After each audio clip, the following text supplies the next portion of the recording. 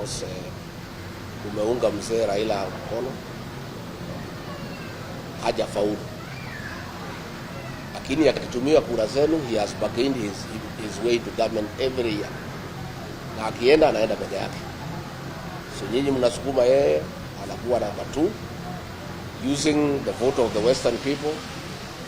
He negotiates his way into government. But he only goes along, he doesn't carry with you. It is about time the people of Western Kenya made a very conscious decision on how to organize their vote to count and to amount to something. Na mimi naona nikifikiria kura zetu pale kwa Mlima Kenya na za watu ya magharibi zikiunganishwa, alafu tuongeze za Wakenya wengine, tutakuwa very successful. Lakini watu ya magharibi wakikubali tu kutumika kusukuma kiongozi, anafika pahali anafika, anakuja ana negotiate mambo yake kwa serikali. Kama sasa tukiangalia siku Azimio ilikuwa imeundwa, if Raila had become president, kiti ya finance minister ilikuwa imetangaziwa itakuwa ya Opera. Azimio haikufaulu, Raila amekuja kwa William Ruto, amenegotiate serikali. Hiyo kiti alikuwa ameahidi Oparanya, amepatia John Mbadi. Sasa nyinyi kazi yenu tu ni kusukuma mtu, anafika pale anachunga maneno yake. Mimi ningetaka kuomba kwa heshima jamii ya magharibi, mufikirie tena. Kwanza muungane, muongee na sauti moja, na msiogope ati mtaambiwa nyinyi wa kabila. Mimi nimefurushwa pale ati mimi ni mkabila. Hakuna ukabila ulikuwa hapo, ni vile kura ya kwangu ilitaka igawanywe mara mingi isikuwe nothing. Mimi nikakataa, nikasema watu ya Mlima Kenya tuungane, ndio kura yetu ikuwe ya maana, na tusifanywe watumwa ya mtu yeyote. Ndio nikaambiwa hiyo ni ukabila. Mimi nataka kuuliza nyinyi tu kwa heshima, mfikirie vile mtaunganisha hii jamii ya Mlembe na msukume kura yenu. Mkingangana kabisa mnaweza kuwa na 5 million votes. Na hizo kura msichukue tu siku ya kupiga kura, mjitokeze, kwa sababu voter turnout hapa haikuagi nzuri sana. It is 65-68%. Mpige 95, 96, 97, 98 up to 99%. Na msiogope, mkuje tuketi na nyinyi na Wakenya wengine, tuunde serikali, tuheshimiane na tuweze kutatua zile shida ziko hapa katika mkoa wa Magharibi. Mimi nimesikia ya kwamba huyu mzee wetu Raila akisukumwa kwenda AU. Nimesikia watu ya Rais William Ruto ya UDA wakisema wale wachache wamebaki kwa UDA kwa sababu wengi wametoka. Wanasema ya kwamba huyu mzee akifaulu kwenda AU atahandova watu yake wote kwa William Ruto, wakiwemo watu ya Western. So nyinyi kama mtakuwa watu ya kuwa handed over to somebody else, mtatushangaza sana kama Wakenya wengine, kwa sababu kura zenu they are enough nyinyi kwenda kwa mesa direct bila kupitia kwa mtu yeyote. Itakuwaje nyinyi kila wakati mtapitia kwa Raila Odinga kwenda kwa meza ya Kenya ya kupanga vile Kenya itakaa? Mkiwa united vizuri, mjipange vizuri kama jamii, mkiwa kura milioni 5, mtakuja meza ya Kenya direct bila kupitia broker. Hakuna haja ya political brokerage. Nyinyi mko na watu wamesoma, wanajua kizungu, wanajua mawakili. Kwa nini muhitaji mtu mwingine ndio mfike kwa serikali? Hii ni kitu lazima mufikirie kama jamii, ya kwamba ni makosa jamii kwenda kwa serikali kupitia kwa mtu ya nje. Nyinyi mjipange, muandikishe kura milioni 5, muungane, muongee na sauti moja, tutakutana kwa meza ya Kenya. Mimi nitakuwa pale na watu yangu, nyinyi mkuje na viongozi wenu, watu wa Western wakuje, wale ya Coast wakuje, wale ya Rift Valley wakuje, tuongee, tupange hii Kenya pamoja. Lakini haionekani vizuri ya kwamba jamii nzima ambaye kura yenu hata ni mingi kuliko ya yule Raila Odinga, ya kwamba mnapitia kwake kufika kwa meza ya kitaifa. Ni makosa kubwa sana. Na mimi ningetaka kuchallenge jamii ya Waluya. Lazima mkubali ya kwamba nyinyi ni wengi na muko na uzito wa kutosha kisiasa wa kufika kwa meza ya kuongea mambo ya Kenya bila kupitia kwa broker yoyote, mkuja direct. Hiyo ndio ombi langu, na mimi ningetaka niseme nimeona viongozi, huyu waziri Eugene Wamalwa, huyu Cleo Malala, huyu gavana wa Trans Nzoia anatembea, ni viongozi ambaye nikiwasikiza, nikiona vile wanatamuka, nikiona vile wanaendesha siasa yao, kwa maoni yangu ni viongozi mnaweza tegemea kuunganisha jamii ya Waluya na kuja kwa meza ya kitaifa kuongea mambo yenu na kupanga mambo yenu bila kupitia kwa broker. You have enough sons and daughters who are qualified to go to the national negotiation table to negotiate for the community without having to go through a broker. I don't know why a community as large as this one, with your numerical strength, with sons and daughters who are well educated, with professionals who have a lot of experience, why would you want to get into the national equation through a third party? It doesn't make sense to me, and that is my appeal to the people of this region, to be united.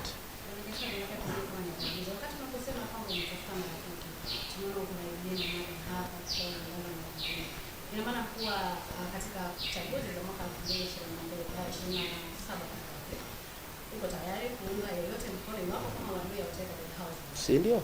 Sisi tutaongea. Unajua pale kwa meza tutaweka kila kitu pale kwa meza.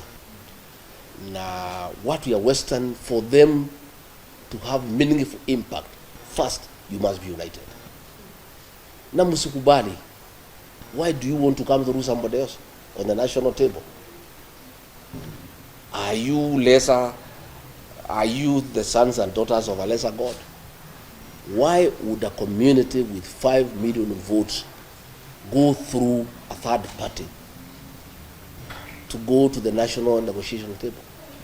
Let this region be united. 5 million. Wale watu ya Lower Eastern wakiongozwa na Kalonzo Musyoka 4 million. Sisi pale tuko na karibu 9 to 10. Watu ya Coast wakuje, wengine wakuje, tuongee. Sisi hatusemi we have, tumeunga wengine mkono. Sisi tumeunga Rais William Ruto mkono unconditionally. Tuliunga yeye mkono unconditionally. And it's a great mistake that I made as a leader of that region to go to support William Ruto without conditions and without a written agreement, because he has shortchanged us and thrown us out of government because we were not careful. And to give credit to your sons Musalia and Wetangula, at least they seem to have known him better. At least wali insist wapewe agreement, although it has not been honored, but it is there. Na ndio nilishangaa nikiwa accused pale ati mambo ya shareholding, wabunge ya Western wakinifukuza. Mimi nilikuwa natetea nyinyi mpate share yenu. Your share was 30%, you only got 3%. Sasa mimi natetea nyinyi mpate shares yenu. You are promised 1,000 kilometers of tarmac, not an inch has been put. Mimi nilikuwa naulizia nyinyi hiyo. Mlikuwa promise Nzoia, Mumias itakuwa revived. Nothing has been done. Pan paper, nothing has been done. Mambo ya irrigation, nothing. When I was saying we had an agreement ya shareholding, Wetangula and Musalia negotiated a 30% stake in the government. Not just their two positions. Walipopata hizo mbili wakanyamaza wakatosheka. Mimi nilikuwa napigania nyinyi. Kama mna rafiki watu ya Western katika Kenya hii na katika Gachagua, when I was fighting kwa shares, yenu ilikuwa kwa karatasi imeandikwa. Mimi ya kwangu nilikuwa nipigania na kuna pahali imeandikwa.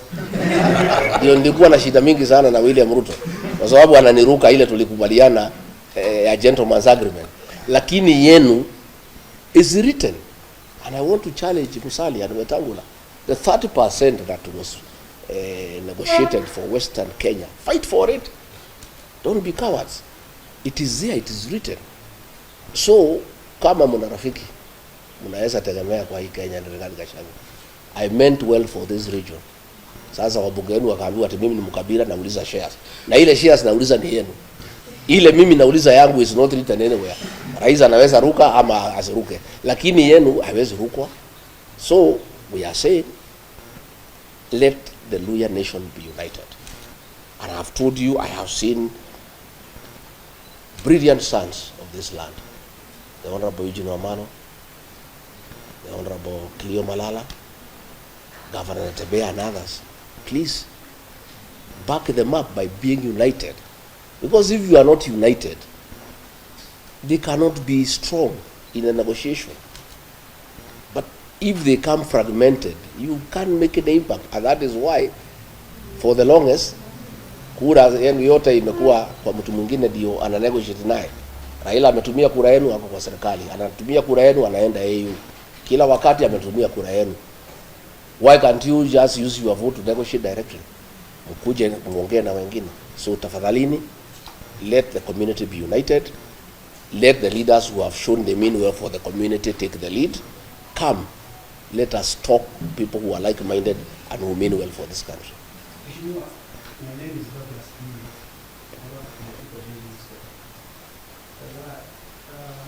We are happy that we are here. We are negotiating. We are talking to our leaders. My question is, we have talked about one issue, is that the issue of shareholding. That the people of the mountain should change. But we have recently seen at the head of the state, President Ruto appointing some names from the mountain. Does it mean that those names are representing the people of the mountain? No. You miss the point. The people of the mountain, the people of Western, the people of Kenya do not need the positions. They are meaningless. What they need is tangible development. The people of the mountain had negotiated all the projects ambaye ilianzishwa na Rais Uhuru Kenyatta, hii serikali imaliza imekataa. We have negotiated a good business environment. The government has turned against the people, demolishing their houses, evicting them without notice. Those are the issues. Hao wamepatiwa kazi, hizo ni zao na familia zao. They are meaningless. You know, hata nyinyi, I don't think what you need are positions. What you need is 1,000 kilometers ambaye rais aliahidi atafanyia watu ya Western. Is the revival of Nzoia Sugar Factory, the revival of Mumias, issues of irrigation. How do we make sure the fertile soils of Western become meaningful to the people of this region? Because muko na rutuba nzuri sana, lakini we need roads. Tunataka barabara za rami, tunataka stima iunganishwe, tunataka madarasa ijengwe. Those are the real issues. Issues are not positions. And I can tell you, hiyo viti watu ya huko hata ikipeanwa ngapi, hata kama umesoma mitandao wanasema hata ukifufua dada ni Kimathi umpatie kuwa deputy president, people cannot change, because that's not what they want. People want development. Na nyinyi you have already an agreement. Muulize viongozi wenu hii agreement, na nilitoa pale bunge, ukitaka copy nitampatia. Muulize viongozi wenu hii agreement ya Western, can it be honored? Sasa mnaambiwa the agreement has not been honored. Ati sasa Raila Odinga atahand nyinyi over kwa William Ruto. Sasa nyinyi mtakuwa ni jamii ya aina gani? Kwani nyinyi ni ile rire ile ya kusunguka ile ya kubeana kijiti? Sasa mmekuwa pale, Raila amesaidika, ameenda AU, amesema nyinyi mmenisukuma nimeenda AU, asanteni. Sasa kuanzia leo mimi siko, vile mlikuwa mnanifuata mfuate huyu William Ruto. Nyinyi mtakuwa ni jamii ya aina gani? The second question,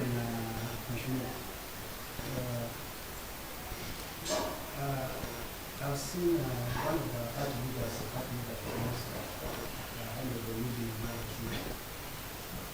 and you say that you are here for Christmas and for trade collaboration. And they say that you are snapping on money as one of the two leaders you are going to include for 2026. Eugene Wamalwa is a great leader. But the greatness of a leader will be defined by the unity of purpose of where he comes from. It is you to make him a great leader and propel him to great heights of leadership by being united. There is no way Eugene Wamalwa can be a great leader if you are still following Raila Odinga to show you political direction. Mtakuwa ni kazi gani mnafanya? You know, you have your own leaders who are qualified by any definition. He's been a cabinet minister for a very long time. He's seasoned. He's a great lawyer. But why would you want to follow another leader from another region to show you on your way to government? Why can't you go to the government directly? So what we are saying, we'll engage Eugene Wamalwa and others. But his relevance in the national political discourse will be informed by the unity of purpose of the Luhya nation and by numbers. So lazima kwanza mkubali, you unite under your leaders from here. Hamwezi kwenda kukodisha viongozi na mko na viongozi hapa. Itakuwa hiyo ni hesabu gani mnapiga? So we are willing to work with Eugene Wamalwa and other leaders.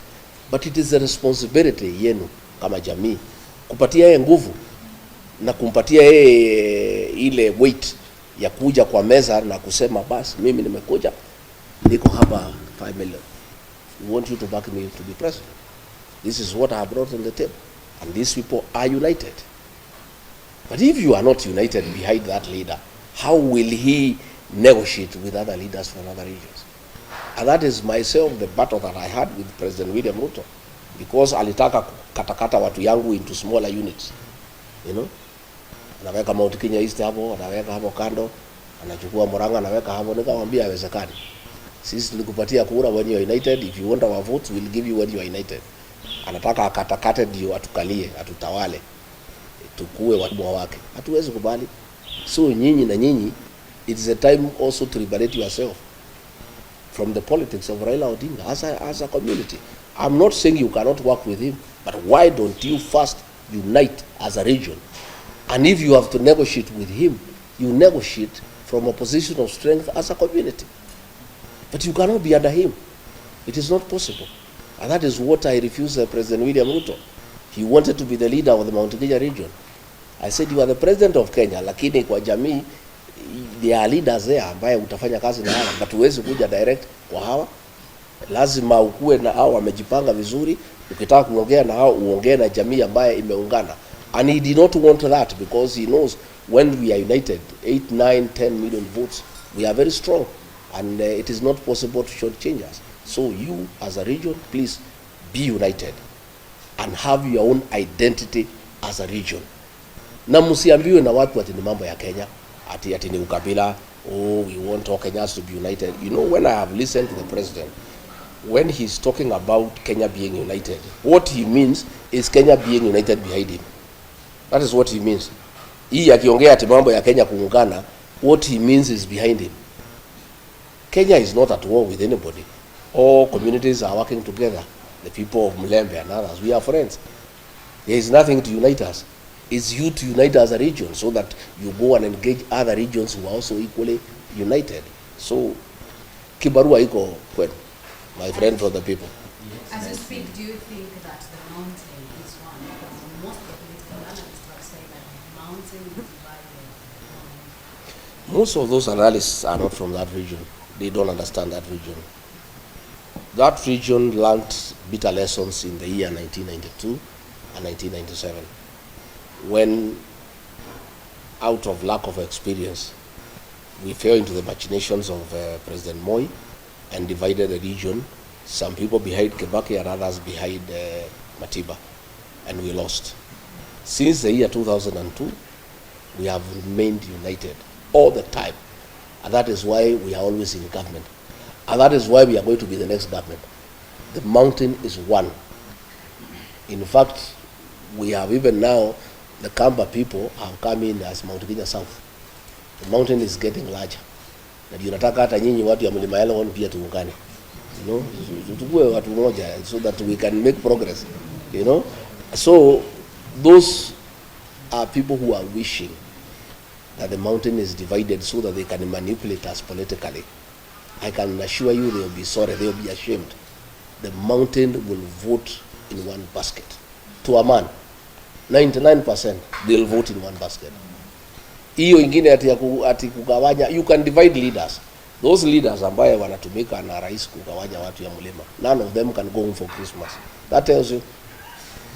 Viongozi wako, they are divided, some are in Mombasa, some are in Eldoret, others in Nairobi. None of them can go to the mountain because the mountain itself is solid. And it has said those are traitors to the community. They cannot go home because they are being used by the president to divide the community. And the community has refused. I want to ask the people of Western to have unity of purpose, to be one as Western region. The 4 counties, plus your diaspora in Nairobi and Mombasa, talk as one, put together 5 million votes, and agree to come out on the voting day. And I can assure you, if you do that, you will be in government for eternity. You will never be out of government. But if you continue being divided, and you continue dealing with national matters through proxy, through a third party, where will you go as a region? And don't you have competent sons and daughters who can lead this region? Why do you need a third party to lead your community? You can just come directly to the national table as the Luya nation and bargain and negotiate your stake in whatever government that will be formed directly without going through a third party. There is a question I wanted to weigh in, and this is about impeachment. Considering the laws that the impeachment are tracked, and you are the leader of the mountain, and it's likely that you might not be eligible for political public office for another 10 years. Are you considering wanting any other person to push your agenda, political agenda on the table, or you are going to challenge that in court? I think let's cross the bridge when we reach there. The matter is in court and is ongoing. And irrespective of the outcome, I'm a leader in this country. And I have my own following, which has not been affected by the impeachment. The people of Kenya never impeached me. It's just a few MPs who are given money, senators. That is it. But I still have a large following. I have people who depend on me for political leadership. And there are many Kenyans who can lead. I don't have to be in office. Okay? There are many Kenyans, and I'm not a selfish person. I am somebody who is open-minded.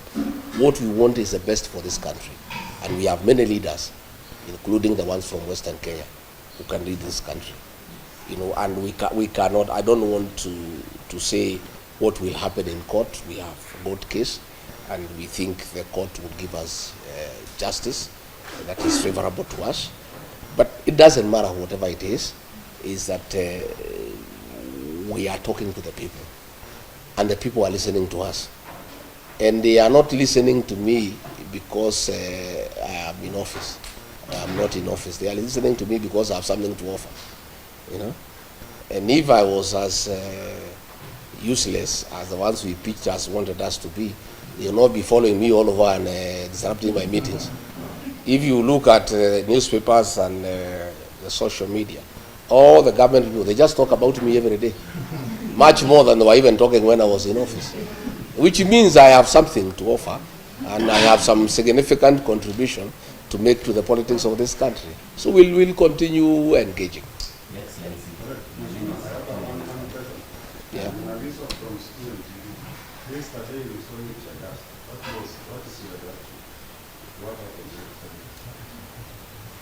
You know, we have a desperate regime that has lost favor with the people of Kenya. Desperate people do desperate things. A police officer threw tear gas at us. The meeting went on, and the people were dealt with by Wananchi.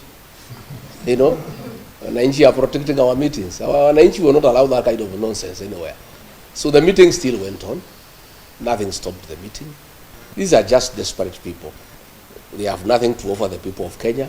There are so many questions, abductions they cannot answer, cost of living they cannot answer, poor economic management they cannot answer. They are left to desperate acts of trying to stop our meetings. In fact, those acts of trying to stop our meetings make the people more agitated by the government, and they become very rebellious. So to us, it's neither here nor there.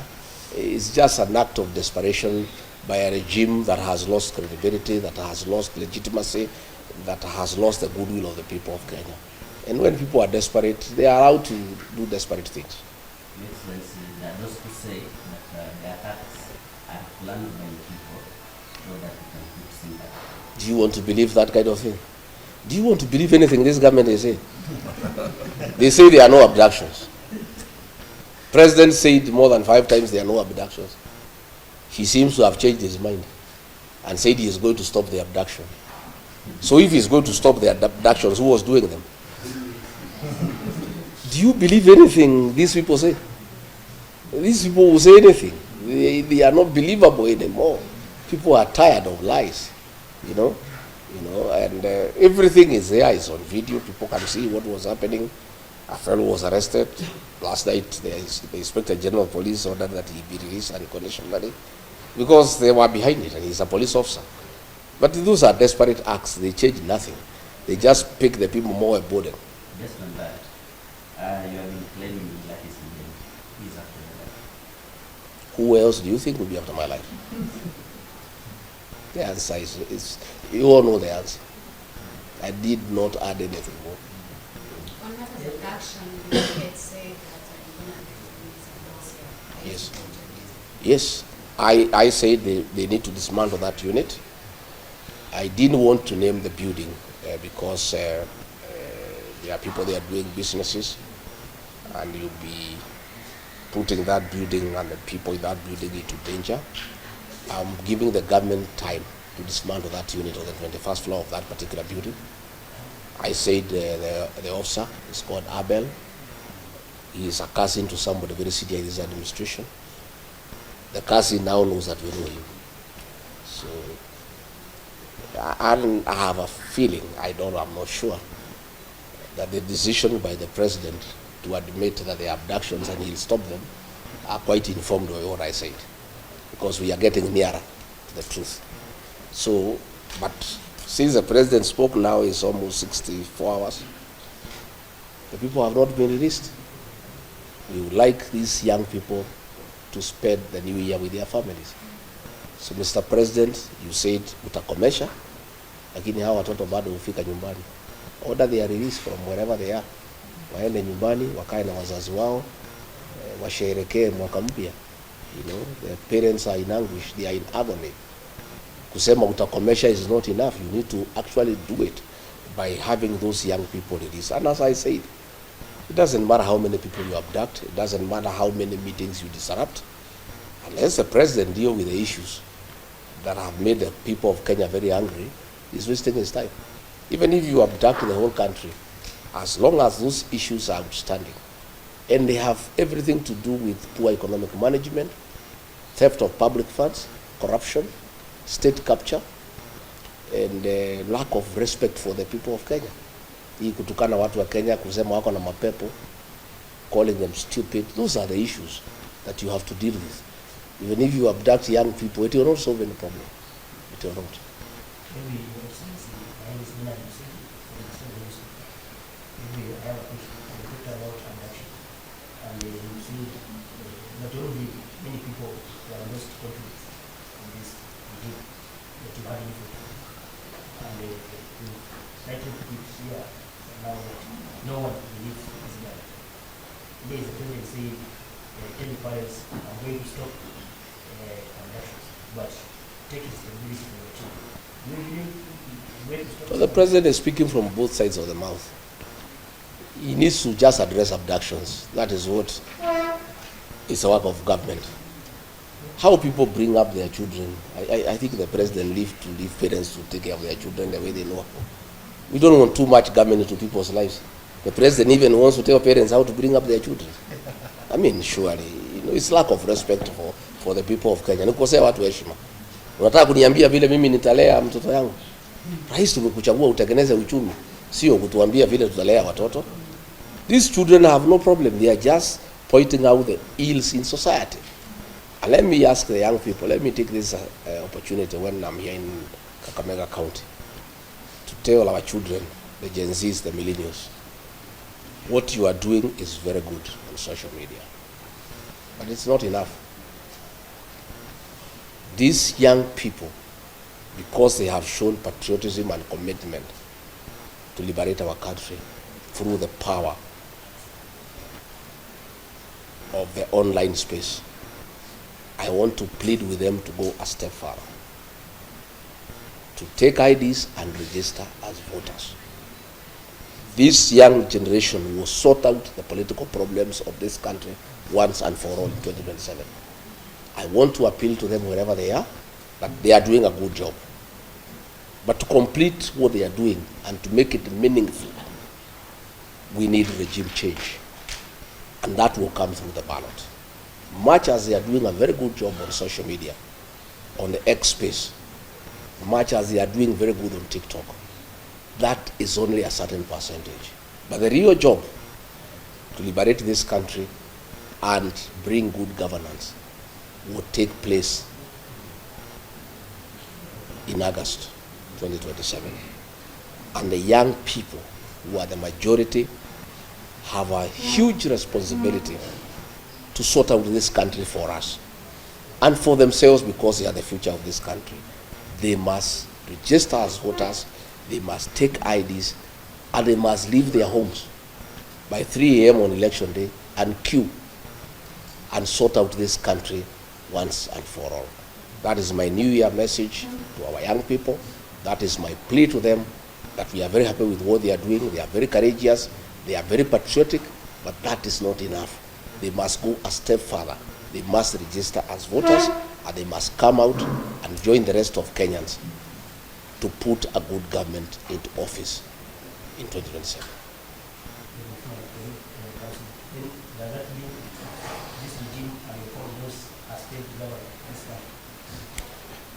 I think you have the answer. If you listen to the people of Kenya, it's an answer I don't need to tell you. You can hear what everybody is saying. Everybody is disappointed that all the promises that were given have turned out to be lies. And bad as it is to lie on those promises, we continue lying to the people more and more. You have seen the things that are going on in the health sector. You have seen the housing program. That housing program has nothing to do with houses for the people of Kenya. It's about business. Very senior people in government have shares in a company that is manufacturing cement, steel, and iron sheets. And that is why the government wants this housing program to go on. That is why there is a housing levy to get enough money so that the people in the housing department, they force the contractor to sign a subcontract for the supply of cement, steel, and iron sheets with a company where very senior people in this government have shares. That is why if you look at clinker was being imported and cement was retailing at 600 shillings. Because of conflict of interest, senior officials in this administration have shares in a company that is manufacturing clinker. And therefore, they stopped the importation of clinker and said clinker will be manufactured here locally. As a result, the price of cement shot from 600 to 900. That 300 shillings, people in government are having a part of it. So you find decisions are being made, not in the national interest, not in the interest of the country, but because of business interests by people in government. And that is where the housing program is being forced down the throats of Kenya. People are saying we don't want, we can put our own houses. The work of government is not to build houses, it's to give services, water, electricity, sewage, roads, security, good business environment. The work of putting up houses is for the private sector. But because of vested interest in the building sector, where people have acquired shares in companies that sell cement, steel, and mabati, the government forces the people of Kenya to give money for that program to continue so that they can continue enriching themselves by doing business in those items that are being used in the housing program. No, I wish to know whether it's touching when former President the current President Ruto comes, and as a result, the allies of the former President that have interest are being brought into government. Does it disturb you? Does it Why? concern you Why would I? about the desire Yeah. to Why would it disturb me? Since those people came into government, has the prices of unga gone down? Have abduction stopped? Nothing. I'm not disturbed. I'm not even bothered. It's not even. It's a non-issue as far as I'm concerned. And change of ministers in this government is musical chairs. And I said when I had an interview with NTV, it's pointless. The president makes all the decisions himself. So even if you keep on changing ministers, you bring so and so, you go. It's a game of musical chairs. It has no impact into the overall management of the affairs of this country because all the decisions are made by the president. So it doesn't. It matters less who is minister and who is not. Does that mean also you are for the structure of president because he also has, his own share in. Well, I have not heard President Uhuru Kenyatta says he's interested in leading this country. He's retired. So I don't know how would be overlooking him because he's a retired president. We have not seen him participate in politics. So I don't know how his meeting with President William Ruto would affect leadership or politics in this country. He's a retired president. And as far as I am concerned, a meeting between two leaders is as good. There's nothing wrong with it. What is your relationship prior to this small president after he was elected? You recited who is due to raise the fund. I have asked you whether you want to believe anything that has been said by this government. I don't want to dignify such ridiculous accusations by way of an answer. Uhuru is our son, and he's our leader back at home. And we respect him for the work he has done for this country, and we continue respecting him for what he did for this country. I'm asking this question because completely, when you took over, the Kenya government took over, you're on the record defending the government that you inherited empty coffers. So that's why the government was unable to carry out some development projects. So are you defending the government out of ignorance or because that time? I was defending because that is the situation that was presented then. But 1 year down the line, I found we had lost focus, and we were doing things that are not a priority to the people of Kenya because of state capture. The housing program, for example, the changing of the university model, a model that was working, the doing away with NHIF and bringing a new system called SHIFT when there is no proper interrogation of how it can work. So I was defending because we came in having certain intentions to right what we thought was wrong. But along the way, I found that most of the things that we were doing were not in national interest. And I started saying no. And that is when I started having a problem with the president by saying, no, this is not right. Let's listen to the people of Kenya. The finance bill, Kenyans are opposed to it. I just I was listening to the people, and saying this is what the people are saying. And that is where we started having disagreements because I was insisting that we must listen to the people of Kenya and follow what they are saying. Namshukran Mheshimiwa Rigathi Gachagua. Naitwa Sajida Javan kutoka Mobile FM Radio hapa Kakamega. Swali langu litahusiana kwamba tangu ulipoweza kubadilishwa madarakani na mwenzio naibu wa rais wa sasa Profesa Kithure Kindiki akaweza kuteuliwa kama naibu wa rais, je, mlikuwa na mahusiano mazuri sana? Je, uhusiano huo ungalipo baina yako na Mheshimiwa Rigathi Gachagua? Swali la kwanza. Swali la pili, alipoteuliwa katika siku ya kuapisha pale KICC, Rais William Ruto alisikika akisema kwamba hakuwa na yule msaidizi wa kumsaidia kuweza kuelimisha Wakenya kuhusiana na miradi ya serikali. Tayari ushataja baadhi ya ajenda za serikali ya Kenya Kwanza. Je, kuweza kujua kuhusiana na miradi hii na baadaye tukapata sakata mbalimbali kama vile adani, ni kipi ambacho ulikijua ambacho Wakenya hawakujua?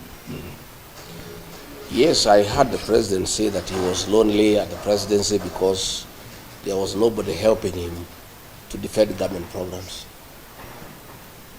That is true. I was unable to defend most of them because I could not defend theft and corruption. I could not defend Adani. So I was unable to talk about the housing program because when I listened to the people of Kenya, they didn't think it's a priority. I was unable to defend the migration from NHIF to SHIF because it's not working out well for the people of Kenya. Why I could not do it is because I was elected. I was not answerable to President William Ruto. I was answerable to the people of Kenya. So anything that the people of Kenya had a problem with, ordinarily when you are elected, you don't fight your own bosses, the people who elected you. Ndio mimi nikashindwa kwenda kutetea hizo miradi. But the person the president chose to occupy that office can defend anything because yeye ni mfanyikazi wa rais. Yeye si mfanyikazi ya raia, hajachaguliwa na mtu yeyote. Yeye ni mfanyikazi wa Rais William Ruto. So akiambiwa kwenda sema Adani ni mzuri, anaenda anasema Adani ni mzuri. Shifu ni mzuri, Shifu ni mzuri. Hii ni abduction, hakuna abduction, anasema hakuna abduction. But mimi, when I was still in office, nikiwa Mombasa, I castigated abductions and extrajudicial killings because I was elected by people. When you are elected by people, you must think about them and what they think about what you say and what you do. And that is the difference between an elected deputy president and an appointed one. And that is why the framers of our constitution,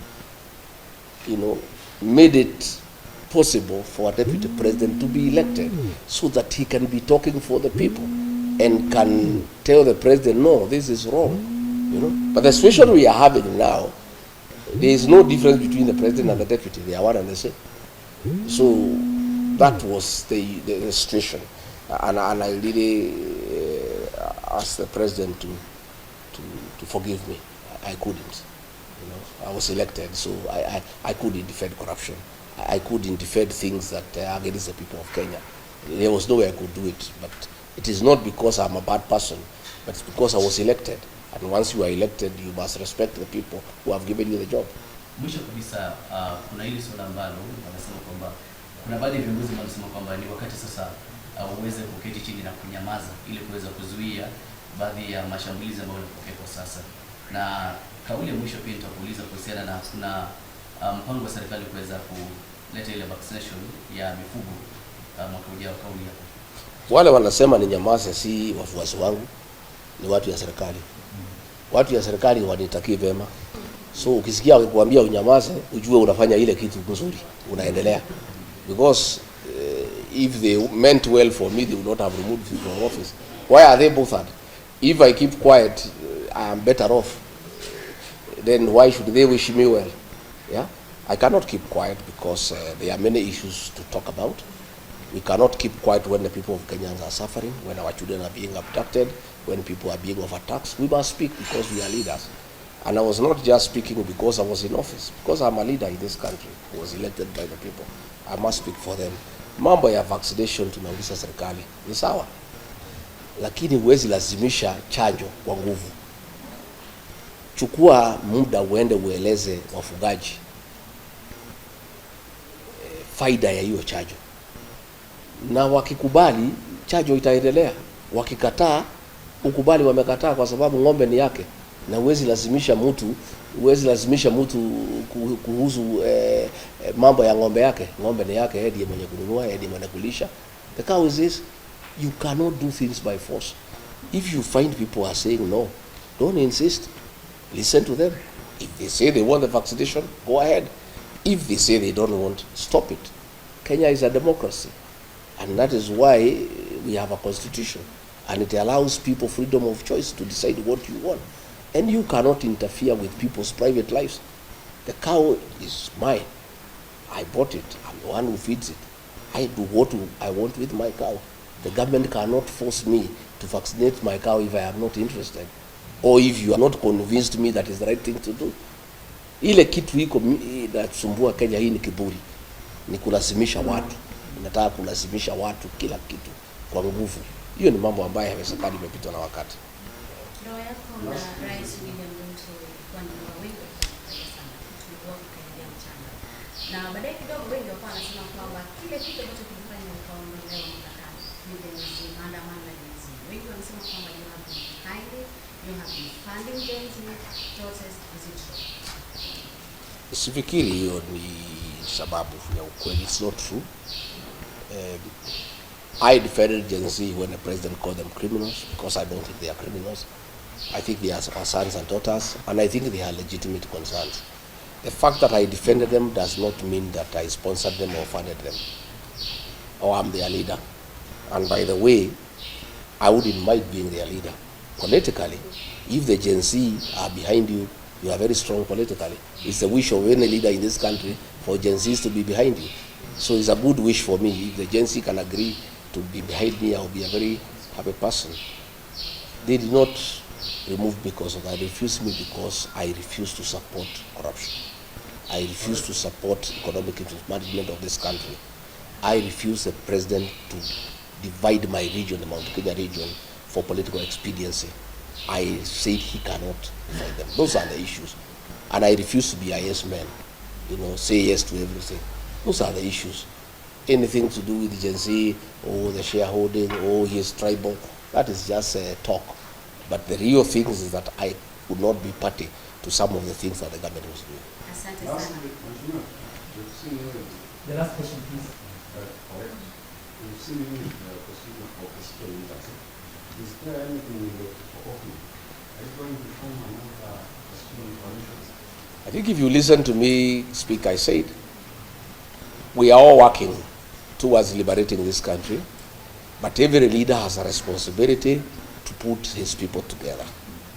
I am putting my people together. Eugene and others are putting their people together. Everybody, once that has been done, we'll be having a conversation in the new year.